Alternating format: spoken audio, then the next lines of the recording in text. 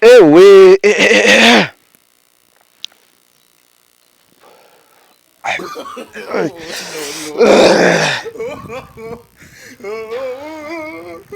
Ila maana ngiye mama ntamu batura nka amaze nkamwumvisha agatabi kari karyoshisha Yesu ai we baba shida baze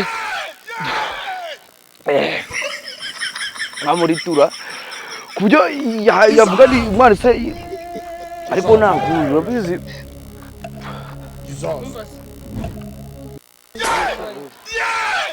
kurambaza iki Bene biki suri kunywa hu? hingagira no ariko ubu nzakwice ariko uracyari kucaka